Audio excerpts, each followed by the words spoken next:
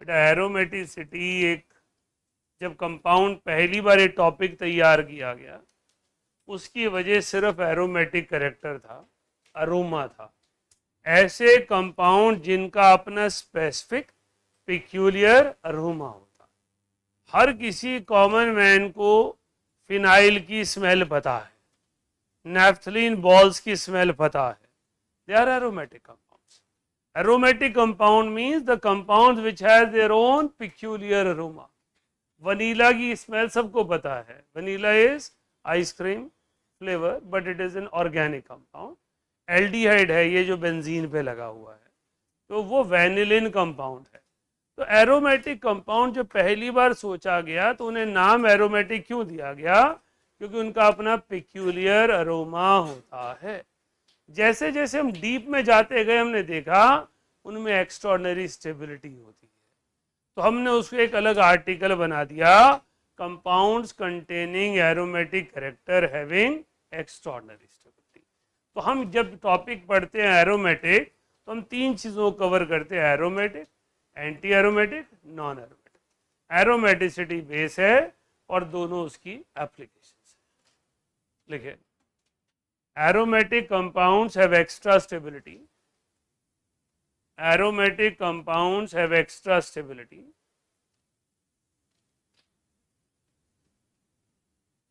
Underline करें extra stability, beyond resonance. A compound is said to be aromatic, a compound is said to be aromatic if it has, number one, cyclic planar structure, number two, it has conjugated system of pi bonds, it has conjugated system of pi bonds throughout the cyclic structure, throughout the cyclic structure,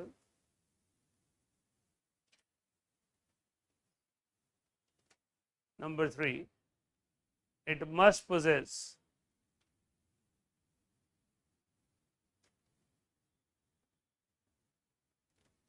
it must possess 4n plus 2 pi electrons, 4n plus 2 pi electrons, which means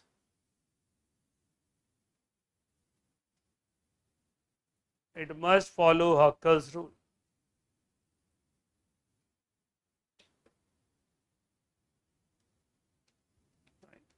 aromatic compounds की extra stability होती है। किसी भी compound को aromatic तभी कहा जा सकता है जब उसका number one cyclic planar structure हो। इस सेंटेंस को एक अच्छा स्टूडेंट कैसे लेकर चलता है? अगर साइक्लिक नहीं है तो एरोमेटिसिटी सोचनी नहीं है, और साइक्लिक है तो एरोमेटिसिटी के बिना चलना नहीं है। राइट? हो सकता है क्वेश्चन में एरोमेटिसिटी कहीं भी बीच में डाल दी जाए। एरोमेटिसिटी पर जब सीधा कोई क्वेश्चन पूछता है तो 95% बच्चे सही आंसर देते हैं, क्योंकि एरोमेटिसिटी थोड़ा डिफिकल्ट लगता है, सब रट ही लेते हैं। राइट? लेकिन क्वेश्चन में एरोमेटिसिटी पर क्वेश्चन ही नहीं है। क्वेश्चन है डायपोल मूवमेंट पे, क्वेश्चन है बॉन्ड एनर्जी पर, क्वेश्चन है रेजोनेंस एनर्जी पर, क्वेश्चन है इक्विलिब्रियम पर, क्वेश्चन है पीके पर, पीकेबी पर, stability of carbon ion, carbocation, free radical. तब कैसे सोचेंगे?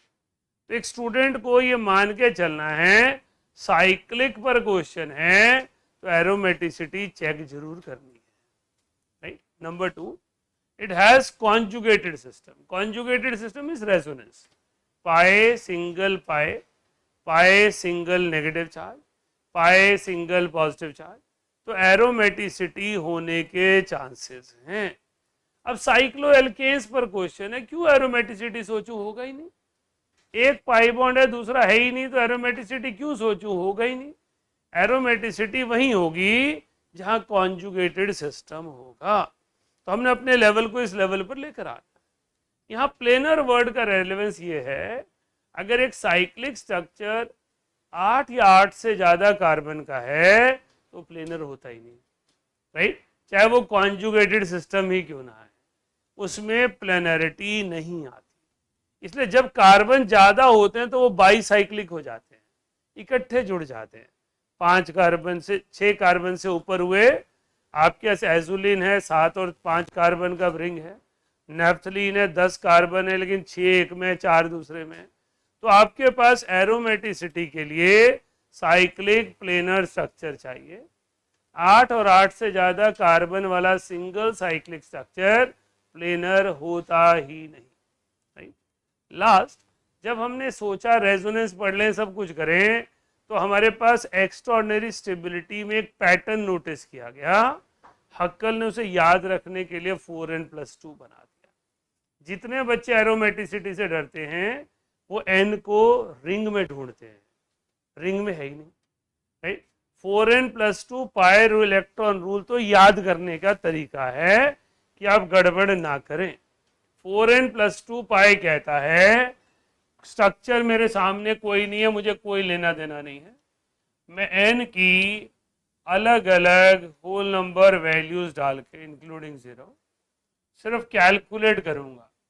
4 × 0+2 2 pi electron, 4 × 1+2 6 pi electron, 4 × 2+2 10 pi electron, 4 × 3+2 14 pi electron. तो अगर साइक्लिक स्ट्रक्चर में रेजोनेंस में 2 6 10 14 पाई इलेक्ट्रॉन आते हैं तो कंपाउंड एरोमेटिक है। बीच के नंबर आते हैं 4 8 12 तो वो एरोमेटिक नहीं है। चाहे रेजोनेंस है चाहे साइक्लिक प्लेनर है, कंपाउंड को एरोमेटिक नहीं कहा जाएगा। एरोमेटिसिटी के लिए नेसेसरी क्राइटेरिया हक्कल्स रूल को फॉलो करना है। हक्कल्स रूल का एन किसी साइक्लिक स्ट्रक्चर पे डिपेंडेंट नहीं है, सिर्फ ये याद रखने का तरीका है। नोट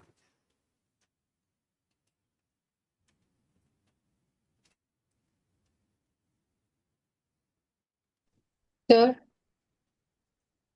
जी बोलिए। सर साइक्लो एल्केन्स एरोमेटिक नहीं है ना? साइक्लो एल्केन एरोमेटिक नहीं है, ओके सर। उनमें पाई बॉन्ड ही नहीं है बेटा। रेजोनेंस तो compulsory criteria for aromaticity.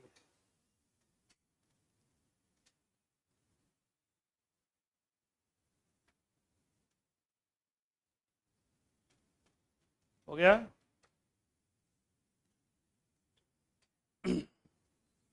Note डाल के लिखे।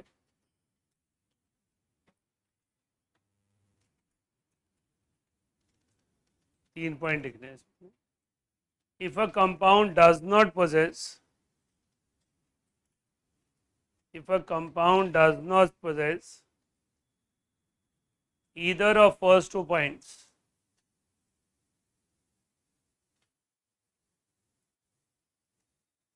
then it has normal stability. Then it has normal stability.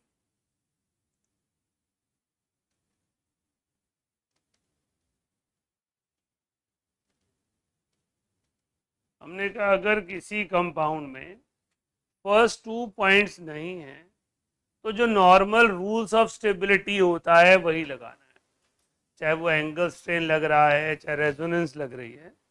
जो नॉर्मल रूल्स ऑफ स्टेबिलिटी किसी भी और चैप्टर में आर्टिकल में पढ़े हैं वही एज इट इज लगते हैं। सेकेंड लिखिए, when a compound follows first 2 points, when a compound follows first 2 points but does not obey Huckel's rule, but does not obey Huckel's rule, then it is anti-aromatic.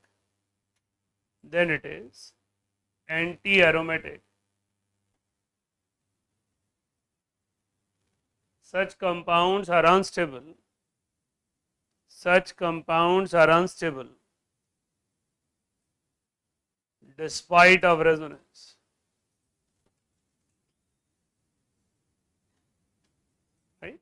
सबसे ज़्यादा गलती इसी point पर करनी है आपने। अभी भी बहुत सारे बच्चों ने क्लास के पहले मुझसे डाउट्स पूछे, तो उनमें एक कॉमन क्वेश्चन आ रहा था एलीन वाला, जिसके फर्स्ट और थर्ड कार्बन परपेंडिकुलर हो जाते हैं। कम से 4-5 बच्चों ने पूछे, नोटबुक में लिखा है, सही चीज़ सेम चीज़ एज इट इज लिखी है, लेकिन हम कनेक्ट नहीं कर पाए क्वेश्चन को देखकर कि अच्छा ये लगाना था, प्लेनर है या नॉन प्लेनर। इसी तरह आपके पास ये गलती कराएगी, आपके पूरी केमिस्ट्री क्या कह रही होगी, रेजोनेंस है तो स्टेबिलिटी है, ये कह रहा है रेजोनेंस है तो अनस्टेबिलिटी है, राइट। रेजोनेंस के बावजूद कंपाउंड में इनस्टेबिलिटी होना एंटी एरोमेटिसिटी है। साइक्लिक है, प्लेनर है, कॉन्जुगेटेड सिस्टम है, सभी एटम रेजोनेंस में हैं, पर 2, 6, 10 पाई इलेक्ट्रॉन नहीं है, 4, 8, 12 pi electron. That compound is anti aromatic. लिखा गया। Cyclic polyenes are also known as annulenes. ये तो वैसे जनरल नॉलेज के लिए ऐड करवाए हैं, नोट में इसलिए ऐड करा है कि आप इसे बहुत रेलेवेंस नोट्स के साथ न करें, ये एंट्रेंस में कभी पूछ लिया तो आप सोच सकते हैं। Annulene is a common name given to all polyenes having resonance, right. चाहे वो नॉन एरोमेटिक है, चाहे वो एंटी एरोमेटिक है, चाहे वो एरोमेटिक है, उसे जनरली एनुलिन्स कह दिया जाता है, राइट। तो रेजोनेटिंग स्ट्रक्चर में एंटी एरोमेटिक और aromatic combine together to give annulenes. चलिए ढूंढते हैं एरोमेटिसिटी। देखिए, classify given structures as, same से ही है अभी, पहले तो जैसे +1 में किए हैं। Classify given structure as aromatic, non aromatic and anti-aromatic compounds.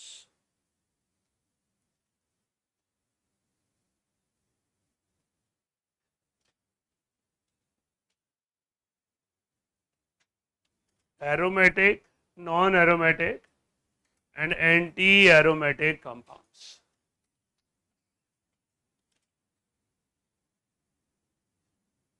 बेटा सबसे स्टेबल साइक्लिक स्ट्रक्चर में बेंजीन होता है, तो हम इसके ज़रिए ये भी जानने की कोशिश करेंगे उससे छोटे वाले स्ट्रक्चर्स में क्या प्रॉब्लम। तो मैंने साइक्लोप्रोपीन लिया और उसकी 3 पॉसिबिलिटीज़ ले ली, ये जानने के लिए कि कौन सा एरोमेटिक, कौन सा नॉन एरोमेटिक और कौन सा एंटी एरोमेटिक है। हाँ जी, ढूंढिए, क्लासिफाई कीजिए।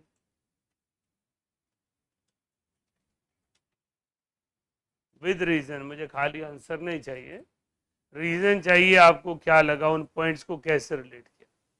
मिष्टी आप समझाने जा रही है तीनों।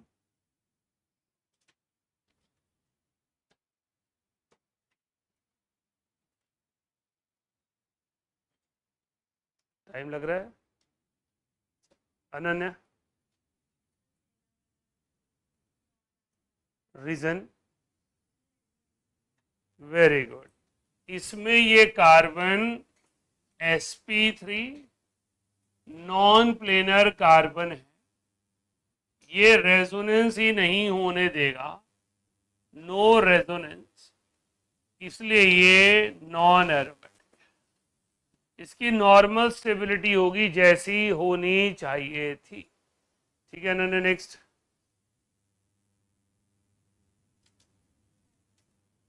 क्यों, इसमें रेजोनेंस हो रही है और रेजोनेंस में 2 पाई इलेक्ट्रॉन इन्वॉल्व हैं, इसलिए ये एरोमेटिक है।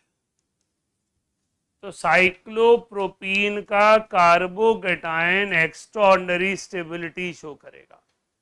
अगर आपके पास 4 ऑप्शन में से एक ये ऑप्शन में है और पूछा है arrange the following carbocations in decreasing order of stability, इसको सबसे पहले रख दीजिए क्योंकि ये स्टेबल है, इसमें एरोमेटिसिटी इन्वॉल्व है, राइट। तीसरा बेटा, रीजन,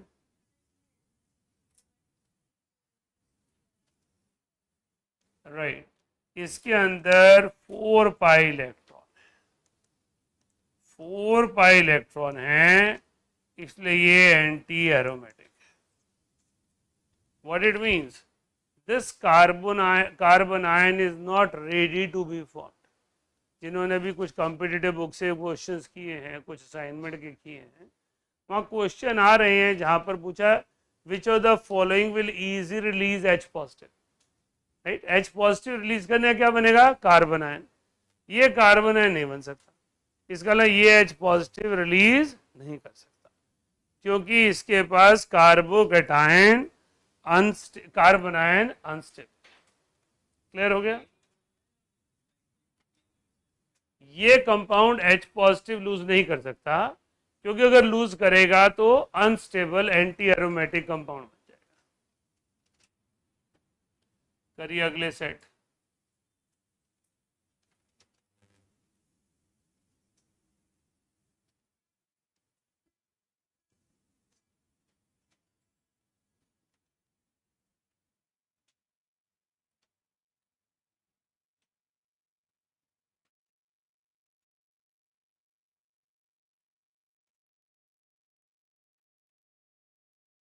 बेटा 2 ये और 2 ये, इसमें तो और कोई थे ही नहीं, यही 2 थे। अब pi bond is equal to 2 pi electrons. If negative charge is in resonance, 2 उसके भी आ गए। पॉजिटिव तो खाली ऑर्बिटल है ना, तो खाली जगह है।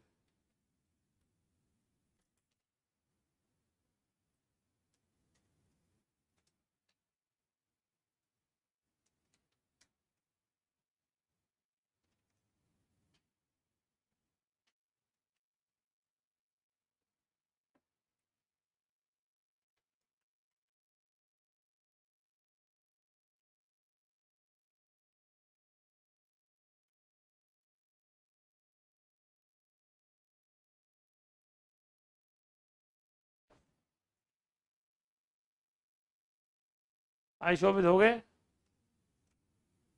सोच रहा हूँ रीजन,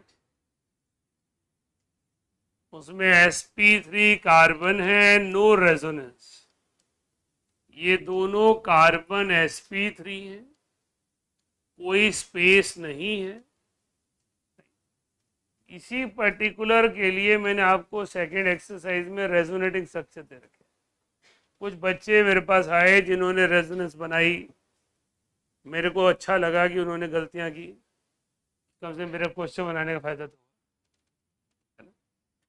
यहां से रेजोनेंस बनाई, धक्के से यहां बना दी,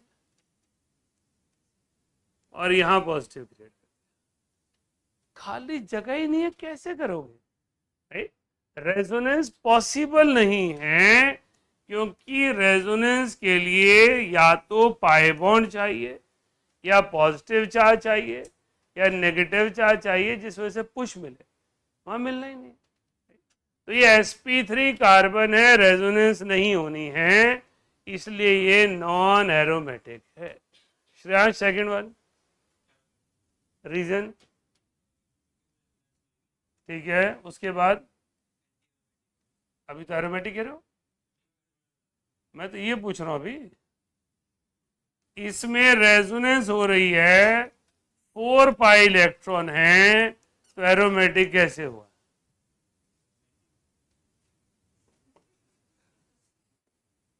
राइट। मुझे लगा आपने बाद में अपने आप ही बदल दिया आंसर, राइट। तो एरोमेटिक नहीं है, एंटी एरोमेटिक है, कोई गलती नहीं, सबसे हो जाती है। तो 2 पाई बॉन्ड है, 4 पाई इलेक्ट्रॉन है, पर रेजोनेंस है। अब ऐसा मॉलिक्यूल रेजोनेंस होने के बावजूद अनस्टेबल है, राइट। इसमें मेरे पास रेजोनेंस है, और दोनों एलाइलिक कार्बन रेजोनेंस में हैं, 6 पाई इलेक्ट्रॉन्स हैं, इसलिए ये एरोमेटिक है, राइट। क्लियर हो गया। So it has 6 pi electrons, so it is involved in resonance, it is aromatic in nature. अब अगर हमने ना पढ़ा हो कि नेगेटिव चार्ज रेजोनेंस में जाता है तो sp2 हो जाता है, तो हम क्या पढ़ेंगे इसे sp3, और sp3 पढ़ते हम क्या कहेंगे, नॉन प्लेनर, इसका मतलब non aromatic, but it is not true. Negative charge is involve in resonance, so it is pi bond equivalent. Next.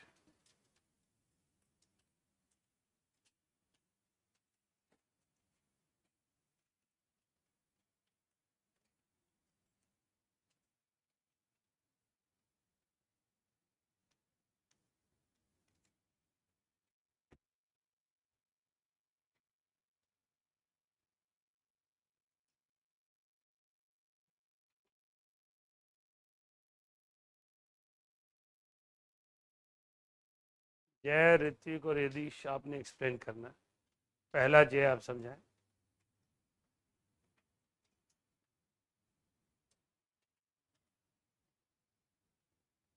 इतनी देर का सोचने का काम नहीं यार, 2 क्वेश्चन कर लिए, कैसे बता. रेजोनेंस, रेजोनेंस होती है तो एंटी एरोमेटिक कहते हैं. 4 पाई इलेक्ट्रॉन्स हैं, रेजोनेंस हो रही है. हाँ जी, आरशे ठीक बताया उसने. तो क्या हो गए, वेरी गुड. ये sp3 कार्बन है, ये नॉन एरोमेटिक होगा, चाहे पाई इलेक्ट्रॉन 4 ही है. रेजोनेंस में सभी एटम इन्वॉल्व नहीं है, so it is non aromatic. Right. Ritvik second reason, सारे एटम रेजोनेंस में हैं और हमारे पास 4 पाई इलेक्ट्रॉन्स हैं, इसलिए ये एंटी एरोमेटिक है. यदीश नेक्स्ट. इसलिए क्योंकि बच गया है. कितने पाई इलेक्ट्रॉन है, राइट, वेरी गुड. मैं तो ऐसे ही बोल रहा था. राइट.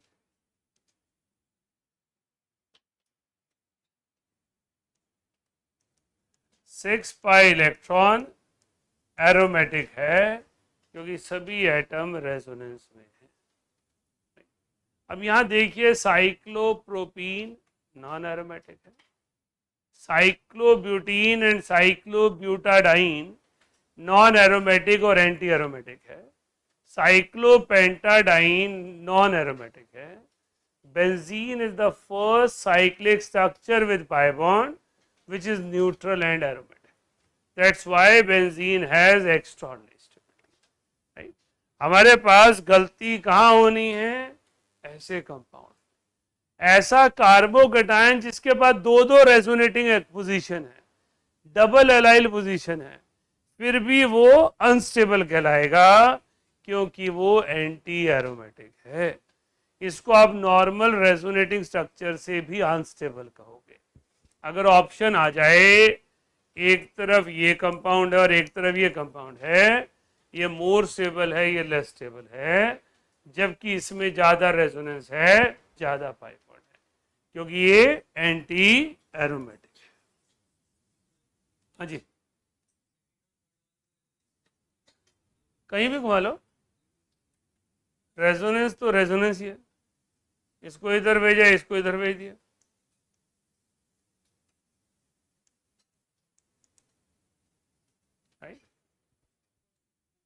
सर 4 पाई इलेक्ट्रॉन है, पर सभी एटम रेजोनेंस में नहीं है, एक एटम नॉन रेजोनेटिंग एटम है, sp3 नॉन प्लेनर है.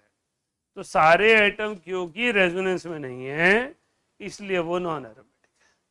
हाँ जी कर्नल बोलिए. सर इसका स्टेबिलिटी ऑर्डर सी भी होएगा. बिल्कुल ठीक कहा. एनायन सबसे स्टेबल, न्यूट्रल उससे कम, और एंटी एरोमेटिक सबसे कम. ये तो ओके अभी सर. आप ऑर्गेनिक में पढ़े हो, फेरोसिन. फेरोसिन में जो डोनर है वो यही है, साइक्लोपेंटाडाइनाइड एनायन. राइट. तो आपके पास ये कंपाउंड जो है वो अपनी एरोमेटिक प्रॉपर्टी के लिए जाना जाता है.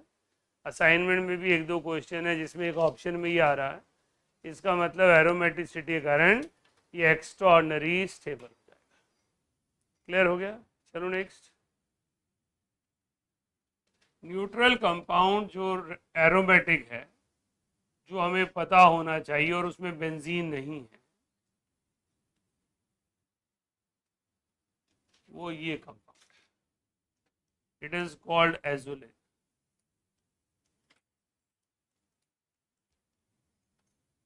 All benzenoids are aromatic, irrespective they follow Huckel's rule or do not follow Huckel's rule. Benzenoids have extraordinary stability. ये बेंजीनोइड नहीं है, ध्यान से बनाना. बच्चे बेंजीन बना के फंस जाते हैं. एक 7 मेंबर रिंग है, एक 5 मेंबर रिंग है. ये नॉन बेंजीनोइड है. It is non benzenoid with aromatic character. ज़्यादातर बेंजीनोइड होते हैं जो एरोमेटिक होते हैं.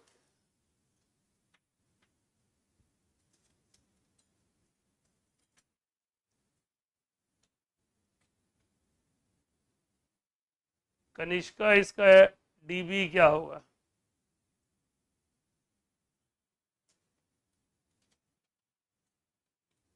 Very good, right.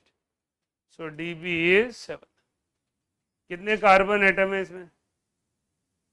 इसमें कार्बन कितने हैं?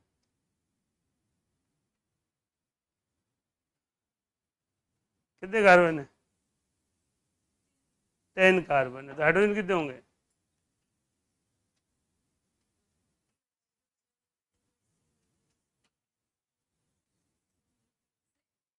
No, 8. C10H8, right. C10H8,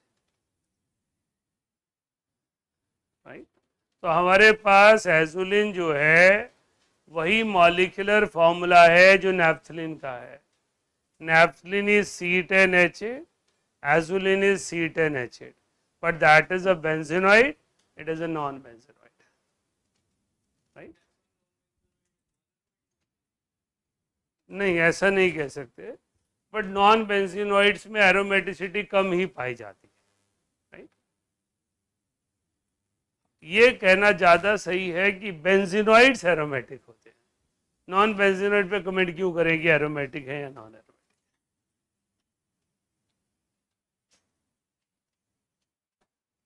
let's see question कैसे पूछा जाए. लिखे, which among the following which among the following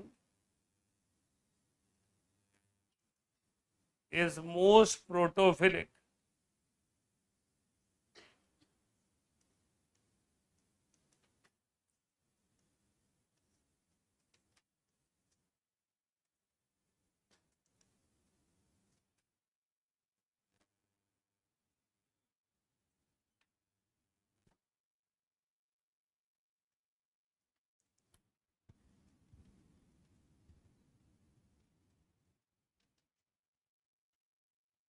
Aryan, what is the meaning of protophilic? H positive को लेने वाला, which has affinity for H positive. इसका अलग बेस हो गया. इसको स्ट्रॉन्गेस्ट बेस बोल सकते हैं. हम इसे बेस्ट न्यूक्लियोफाइल बोल सकते हैं. प्रियांशु, कौन जल्दी एच पॉजिटिव लेना चाहेगा? जो स्टेबल होगा या अनस्टेबल होगा? हाँ जी, अनस्टेबल. तो इन चारों में से ढूंढना है सबसे अनस्टेबल नेगेटिव चार्ज किस पर है. जो H positive. Philic is affinity. wherever whatever topic will be, if it is philic it means affinity. Proto means proton. हाँ जी बोलिए. C option, B option. B सबसे अनस्टेबल है, क्या आप बोल सकती हैं? सबसे स्टेबल है. वो तो लेना ही नहीं चाहता, कहता रहन तो ना ही आए तो बढ़िया है, मैं तो एरोमेटिक हूं. A answer, because A is anti aromatic. A is anti aromatic, B is aromatic, C and D are non aromatic, right. तो अनस्टेबल एनायन. रेजोनेंस है, 4 पाई इलेक्ट्रॉन्स हैं, लेकिन 3 कार्बन रेजोनेंस में ही नहीं है. sp3 कार्बन है. Normal allylic carbon ion है. समझ रहे आप? तो एग्जाम में क्वेश्चन आ गया विच of the following is most protophilic, question में नहीं लिखा एरोमेटिसिटी सोचनी है, राइट? तो आपको सबसे ज्यादा प्रोटोफिलिक डी दिखेगा क्योंकि डी में रेजोनेंस नहीं है। नहीं बेटे, वही अभी अमिति वाज आस्किंग, इन दोनों के पास ये 3 कार्बन sp3 हैं, सो आधे कार्बन रेजोनेंस में है, आधे रेजोनेंस में नहीं है। When entire structure is not involve in resonance it is non aromatic. 4 pi electron है लेकिन रेजोनेंस नहीं है। एंटी एरोमेटिक मीन्स रेजोनेंस है, साइक्लिक है, प्लेनर है, हक्कल नहीं है, राइट? हाँ जी, प्रोटोफिलिक मतलब प्रोटॉन के लिए अफिनिटी वो लेना चाहेगा जो प्रोटॉन के बिना बेचैन होगा, तो अनस्टेबल होगा, राइट? सबसे ज्यादा अफिनिटी किसके लिए होगी? जिसको उससे ज्यादा परेशानी हो रही है, राइट? वो चाहेगा कि वो H पॉजिटिव उसके पास आ जाए। Next, which among the following has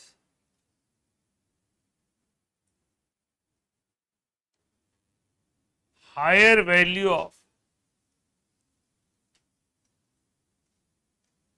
equilibrium constant?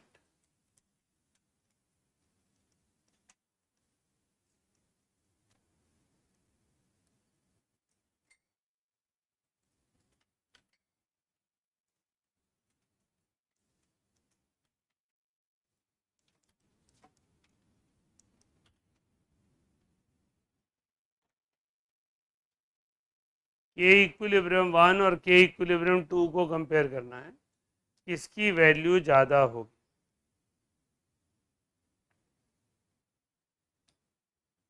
हाँ जी सात्विक, विल बी हायर, रीजन?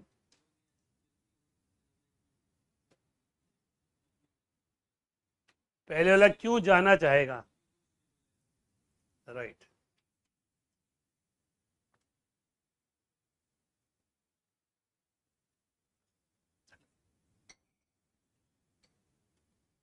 हमारे पास फर्स्ट रिएक्शन जो है वो मोर टूवर्ड्स राइट है क्योंकि प्रोडक्ट एरोमेटिक है, इसका प्रोडक्ट एंटी। इन दोनों इक्विलिब्रियम कांस्टेंट को के भी बोला जा सकता है। परवीन, ये वाला ऐसी बनता, राइट? मैं यहां पर पी के भी पूछ सकता हूं, which of the following has higher value of p K. Higher p K बोलूंगा तो कौन सा लिखूंगा? Second, right? तो एसिडिक करेक्टर पर क्वेश्चन, इक्विलिब्रियम कांस्टेंट पे क्वेश्चन, पीके पे क्वेश्चन, इस पे पूछा जा सकता है। क्लियर हो गया? चलो नेक्स्ट।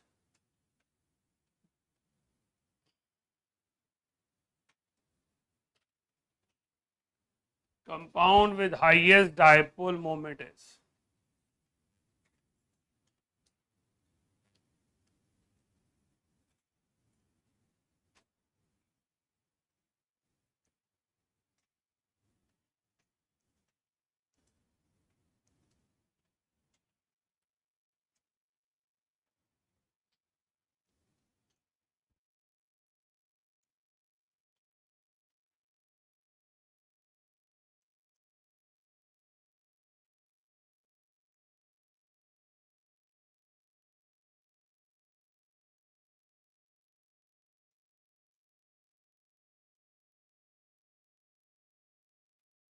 तो इसमें डायपोल मोमेंट कैसे देखना है, को बता सकता है मुझे?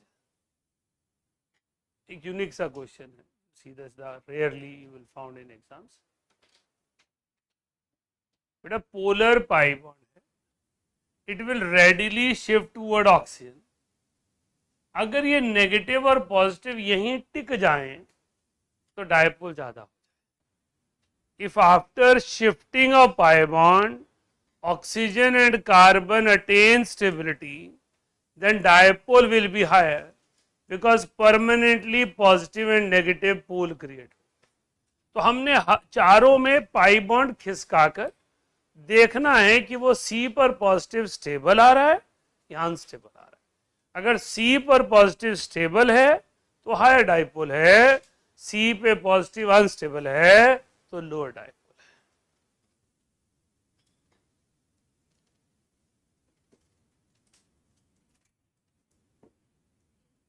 रीजन, ए में पॉजिटिव चार्ज आसानी से स्टेबल होगा क्योंकि ये साइक्लोप्रोपाइल कैटायन है जिसमें एरोमेटिसिटी है 4 होना चाहिए। क्यों? उसमें ज्यादा रेजोनेंस होगी पर क्या वो एरोमेटिक है? वेरी गुड, ये आपके पास करेक्ट आंसर है। इसमें एरोमेटिसिटी है, नंबर ऑफ रेजोनेटिंग स्ट्रक्चर ज्यादा है, एंगल स्ट्रेन नहीं है, it is more aromatic and more stable. A and D, A and first and 4 both have aromatic carbocation. A has angle strain and D does not have angle strain. Clear? Smallest dipole किसका होगा?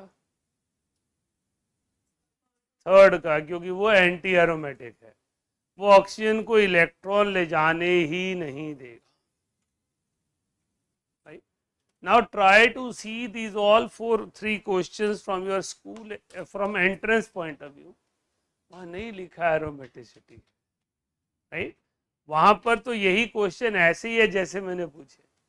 आज तो हम आसानी से इसलिए handle कर पा रहे हैं क्योंकि इससे पहले पूरी एरोमेटिसिटी पढ़ी है और पता है क्वेश्चन का एम ही aromatic, anti aromatic, non aromatic है।